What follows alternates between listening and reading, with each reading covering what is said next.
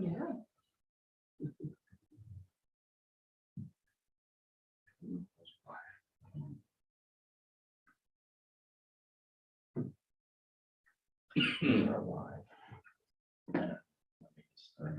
Okay, not quite yet.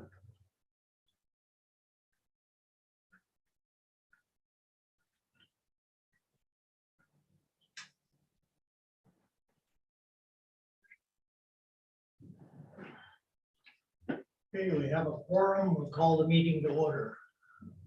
First item is the adoption of the agenda. I need a mover and a seconder. Deputy Mayor Kulikowski, Councillor Gallons. Any discussion? All those in favor? Motion's carried. Declaration of conflict of interest or pecuniary interest. Anyone? Seeing none. Item 4.1.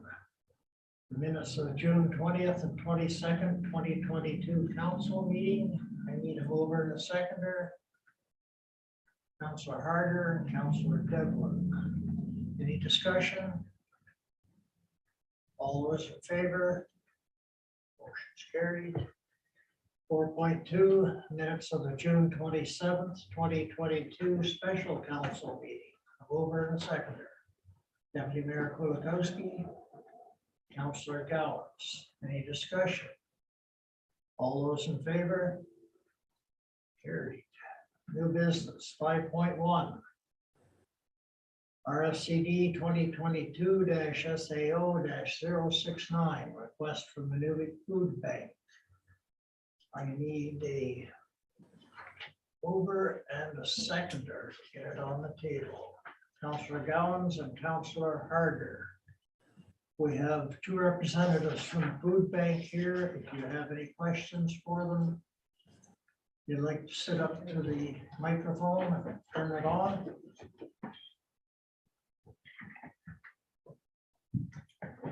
Any questions? Who wants to go first? Deputy Mayor Kulikowski. Thank you. And thank you for being here, and apologies for last week and making us so that we had to have another meeting, but I really appreciate that you are here. And I appreciate, Zoila, that you took the time to have a phone conversation with me as well. That was great to help answer some of the questions that I had. I'm personally in support of this item, just with some, I think, some administrative questions for the town side. And also, I know in the discussion that you and I had, I asked about the potential for paying for utilities and things like that. And I know that as of now, the model doesn't allow for that. And so I guess I'm not sure my questions are actually for the food bank folks, but they're more for staff, if that's allowed. And sorry, Councillor, Yeah. if I can just add, we just had our food bank meeting where I did confirm with Angela McKinnis, who's our co-chair and usually does all the funding applications. There, we have looked, there is no funding we could find for utilities or for rent. Usually, like we said, the funding that we can find is for improvements to an already existing building, or if we need to buy more appliances or things like that. But we can't find a funding source for that. Thank you. So I guess my questions would be, I assume that we would do like a lease agreement as we've done with the youth center, warming center, and homeless shelter, outlining what everyone's responsible for. Just, I guess, understanding that in this case, it would actually be an opposite sort of agreement where they're going to take on the maintenance of the building and we're going to do the utilities if that's the case. Whereas the other buildings, we do major maintenance and they pay all their utilities, if I understand correctly. So maybe they're not even questions. I just, in my support of this item is, in the letter it refers to it, but increasing the safety and security for the volunteers that are working at the food bank and also for the food in general, having the more structured building and a street visible entrance and those kinds of things, I think would be an improvement for them on top of the space required, the heating and things like that. So I guess I'm just interested to hear how how we would work it if it did go through.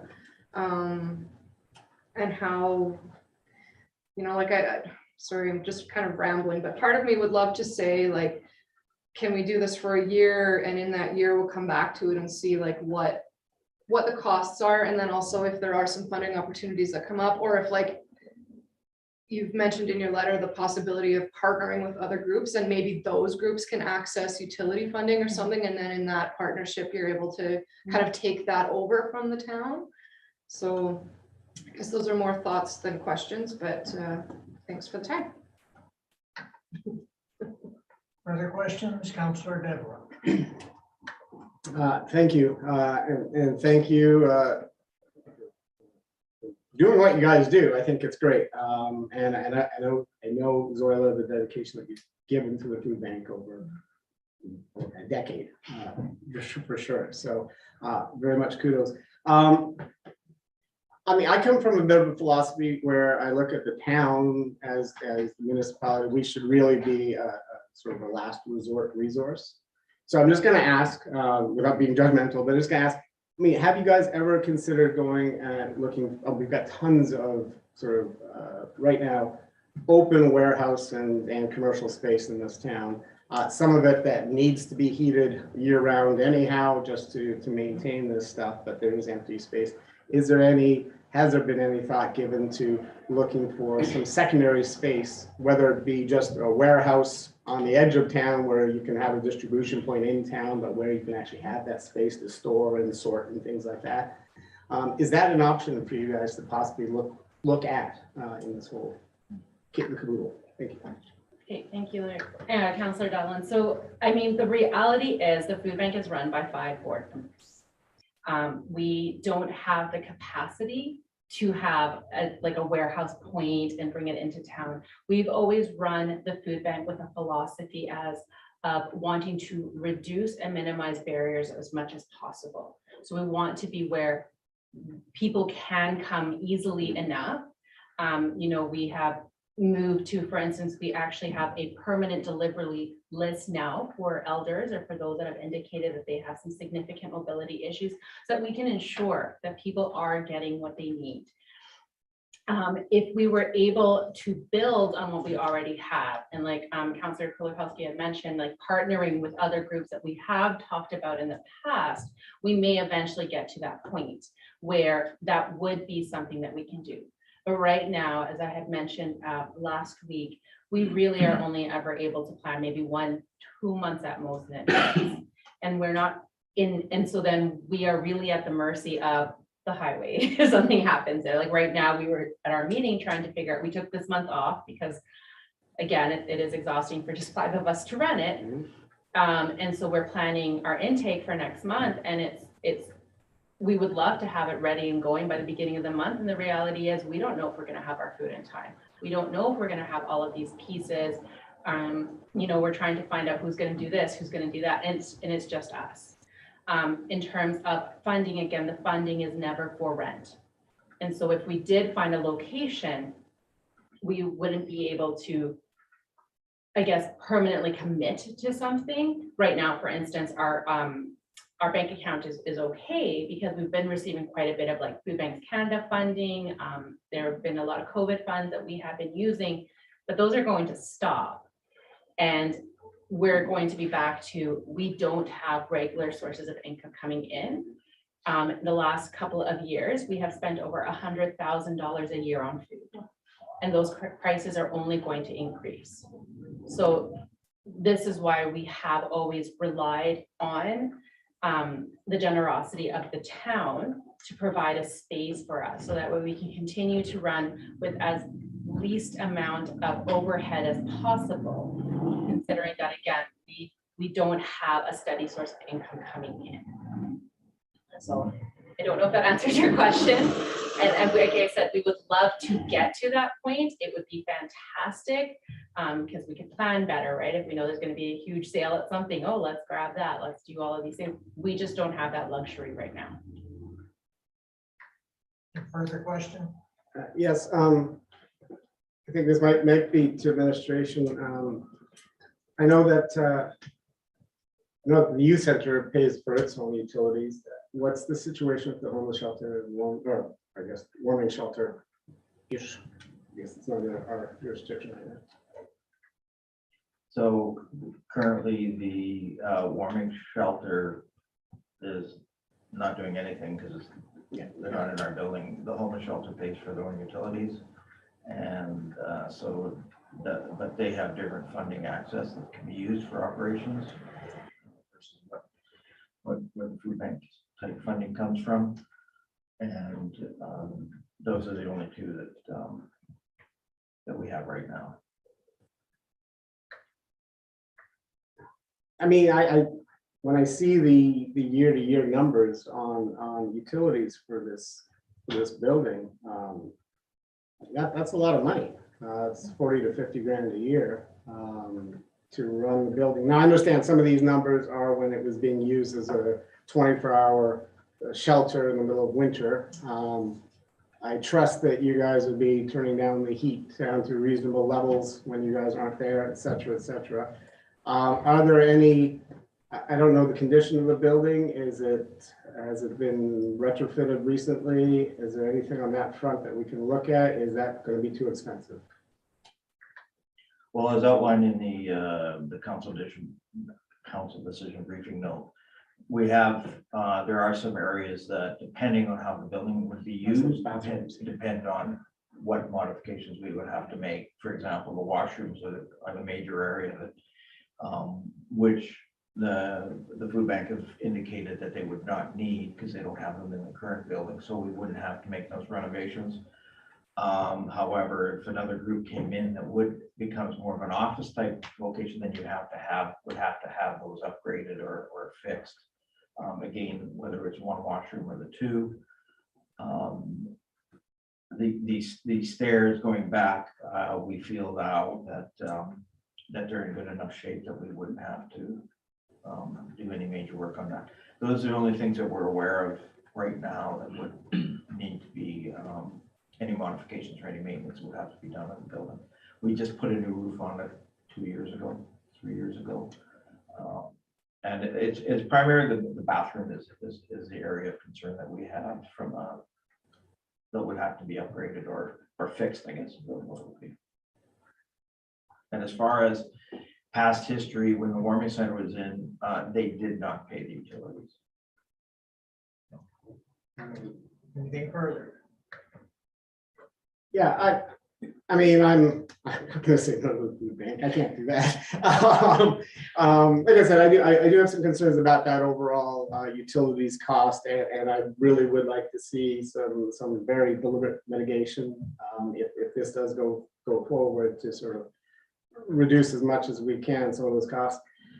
I'm going to ask, I'm going to pull something straight out of thin air here.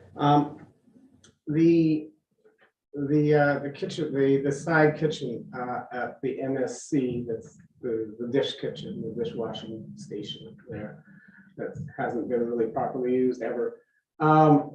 Could that ever be transferred into something like a food bank distribution thing where it's all included under one roof, where we're not incurring some extra costs? Like finding some space in one of our existing, I'm just grabbing at that one because that was unused and sort of obvious and it's close to the entrance. Something like that, just some thinking outside the box there of doing something. It might save us 50 grand a year. You know, this is how I'm trying to think of this thing. Just putting it out there. Crazy Tony thought. Thank you. Councillor Gallons. Thank you for going back to the lines then, I guess you could say. I think what I understood, the driving reason for the food bank is storage and storage issues and food loss. I know when you're here last week, I'd asked about the frequency of getting food out the door. And you'd mentioned that you've had issues with volunteers and people coming. I can understand that. I do support the food bank. I do think it's an invaluable service for our community, and the reality is there are people that need it. So I don't want to say no and cut those people out of a good source of food, healthy food.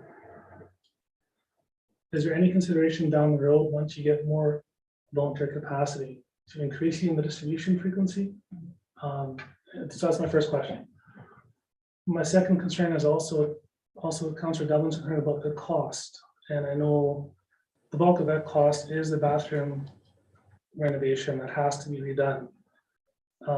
So understanding that from our last discussion, that's not an essential need for the volunteers, and that's not something that would need to be fixed right away. Okay, thank you for those questions, Councillor Collins. I'll start with the second one, only because that one's the easiest one. We don't need the bathroom. When we were running at full capacity before, it was once a week for 2 to 3 hours. And that's all it was. And so when people were coming in, they were coming in and out, coming just to pick up the food and to leave. The volunteers that were there, we we're all fully aware that there was no running water, so bring your own water, and there's no bathroom. And it was just kind of, because we're not there for long enough.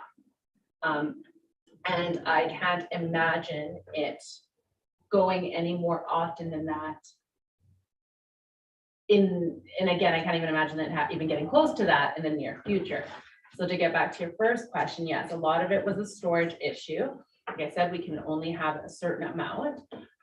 We do rely on quite a bit of food, like I said, from Food Banks Canada. We're also part of, I can't remember what it's called, but it's like Second Chance or something like that. And that's how we end up with these big buckets of, when the whole town had salmon, right? And everyone had halibut, because these programs that we get, and we don't have a say of when it's going to come up.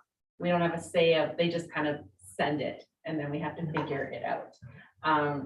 We would love to have the ability to be more frequent. And if it wasn't just relying on the 5 of us, I think we absolutely could be doing that.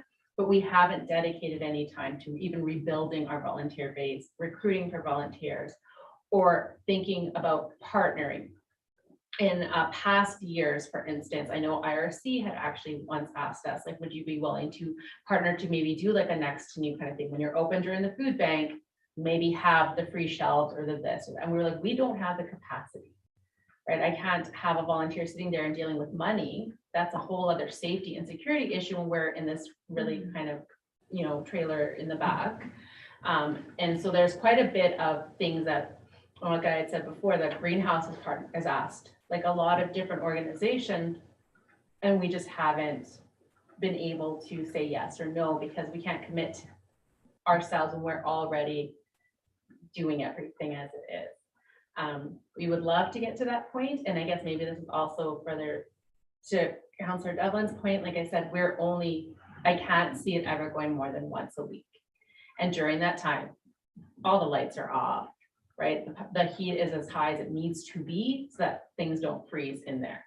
But honestly, even right now, the furnace is just on, and I don't even know what temperature it's on, because we still wear our jackets in there sometimes, right? Like, because we're not there, and we're not there long enough. So if we go in when we're wearing gloves while we're doing the bags, it's not the end of the world, because we're not a space where people are going to come in and sit down and hang out and do all of those things. If we were going to get to that point, and I'm being very vague and very future, who knows, that's like a long time from now. And again, right now, you guys are paying, as far as I'm aware, you're paying the utilities on that little space. I don't know how much that costs, but if that's 25,000 and this one's 50,000, I mean, it's in reality, it's only another 25,000, right? And hopefully we wouldn't even get to that point, because we're not going to be 24 hours. We're not open all the time. It'll be 2 to 3 hours a week max. Councillor Gallons. So thank you. Definitely, I understand the distribution frequency is a tough issue to handle, because no one can foresee into the future. I guess one of my concerns is with a larger space, people know you have more room. They know you have more room, they give you more food. And we're kind of going towards the same issue all over again, where you have a bigger space with more food. Now you might have issues with storage again. So in your experience, and everybody's been on board for a long time, do you see that happen, or given the larger space and given the volume right now, you feel that it's fairly stable when it comes to donations? Thank you for that. I think that it's difficult to say, because it also sometimes feels like a feast or famine situation, because these fundings come from different places for different reasons. We just recently got a $27,000 grant specifically for food, and they made it incredibly clear this is not for any other reason. We got 3,000 for fruit for children, like that's specifically clear of the funding. And so it makes it difficult to predict. That being said, we would then definitely be able to maybe apply for bigger funding or bigger programs where we're maybe going to get a bit more. If we know we have a bigger space and we're going to be getting more food, I think we'd be a lot more aggressive with our volunteering campaign, which we're not recruiting volunteers right now. We're being honest. We're not, because what am I asking them to do? Sit around for 2 hours once a month? Like, I'm gonna lose any volunteers I have as it is. If I can, when we were running once a week, we had a list of like 75 people. And then it was a lot easier to have it because it was every week. So I think that this would definitely, in a sense, revitalize the food bank and maybe bring us back to our previous system of being able to have people come in, get the food. And we had mentioned at the meeting last week, maybe we wouldn't be spending as much in food because we're giving everybody a little bit less, but more often in that sense, right? And so it would hopefully help out, and then help out more people. That right now, like I said, we can only do a capacity of 75 bags a month. And we definitely get more requests than that. You know, we often get messages, well, I tried all afternoon. Yeah, so did a lot of people. I'm very sorry. And if we have the space for more storage too, that gives us like, for instance, when we when we partnered with the Tuck Community Corps, right? It was a scramble because I like, hey, do you want this food? Yeah. Okay, you have 24 hours to arrange this now. And I mean, if we all know how Tuck works, that was like an unbelievable amount of pressure, because I was like, I need you to figure this out. I said, I have the food and I need to get rid of it in 48 hours. So you have 24 hours to tell me when I'm giving it, who I'm giving it to, and you have to figure out the storage and you got to figure this out. Whereas if maybe we had a bit more of that leeway, it could be like, okay, let's not panic the other communities and how we're going to distribute this food, right? But we definitely continue to be wanting to be not just a Newberg, but we try to help out when we can with other communities like Fort McPherson, Aklavik, Tug, different things. And we would continue to be, if we have too much, let's say, and we cannot give it all out here in Newberg, which happens sometimes. Again, everyone had cans of salmon for a very long time. Then we will be doing what we can to make sure that everybody gets some of it. Sorry, Councilor. Well, last question, Your Worship. Go ahead.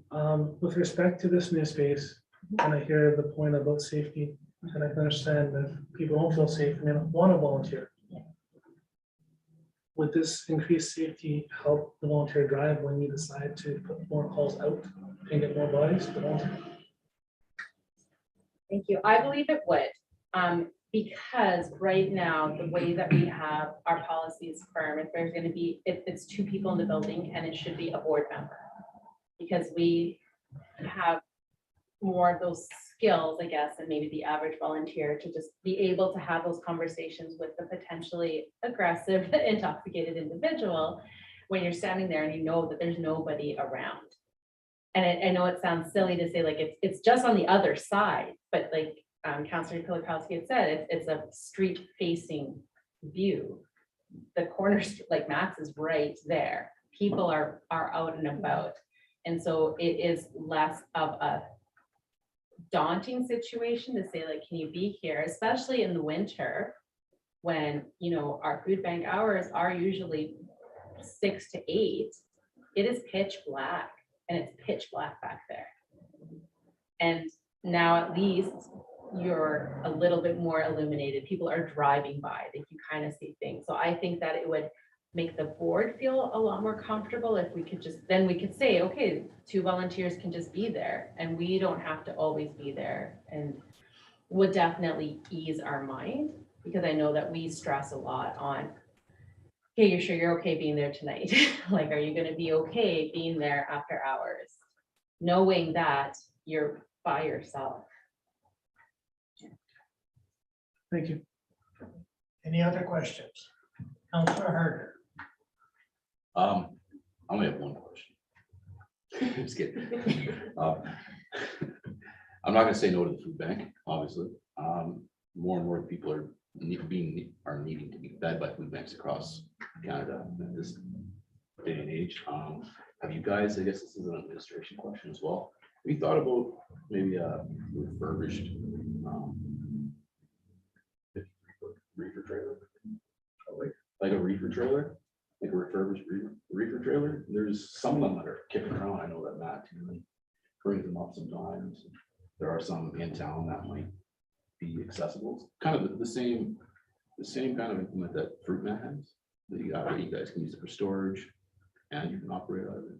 It could be a win-win, possibly. Is that something that is thought about, or is that an idea, or could that work? Reefer trailers are probably an option, but don't forget you have to keep the fuel tanks on them topped up, and they're not that big. You might get 10 hours out of one.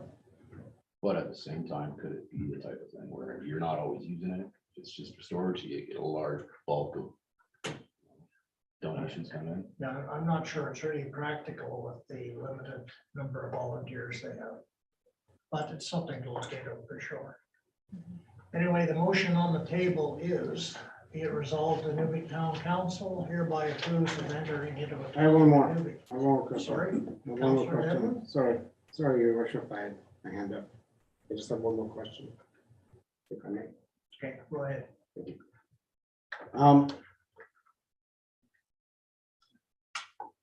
I know the challenge of finding dollars to pay for utilities. I look for those dollars for the Youth Center all the time, and you're absolutely right. There's really not many programs that do. But the anti-poverty fund does. And certainly as a food bank, you would qualify for that. I just keep on going back to the approximate amounts over the last number of years. And so I'm just wondering if we can, further to what Councillor Gallants has suggested initially, go to some type of pilot where we review this in a year, and in that year, ask that your board do look into something like the anti-poverty fund to see if you can mitigate at least some of the costs of the utilities, perhaps not all of them, but just to look into some of those options. There are some dollars out there to support it. I know they're not easy to find necessarily, and I chase them myself. But there are some dollars out there. And so that would give your volunteer board a year. I know the anti-poverty fund application isn't all that intense. But it's something to perhaps look at. So I would be very comfortable in supporting this, but I would like to review in a year just to see if there are some options there to take a look at that. I just like to put that on the table. Thank you. Any further questions?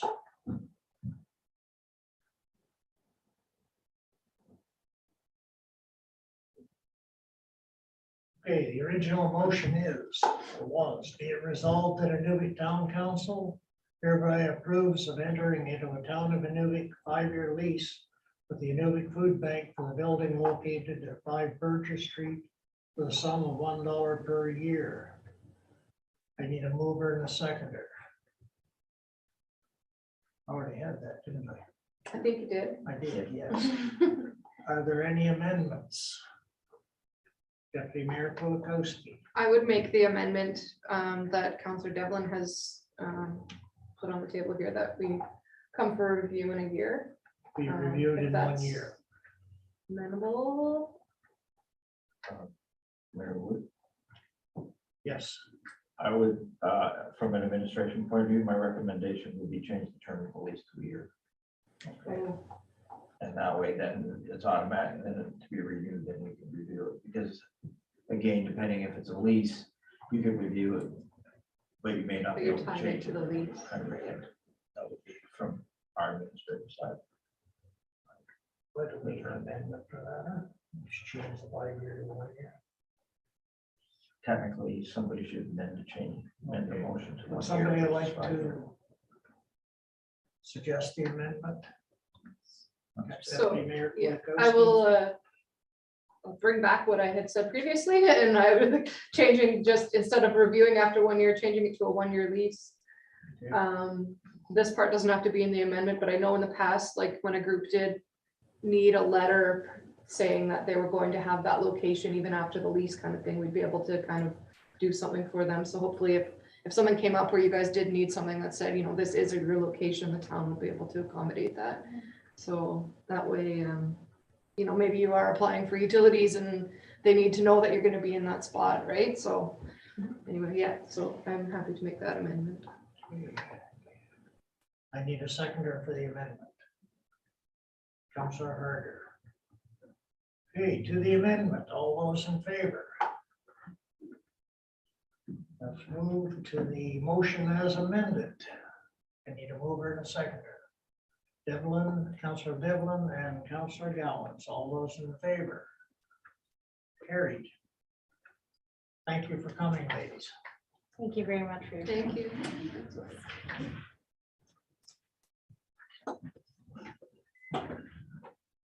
Bylaw 6.1.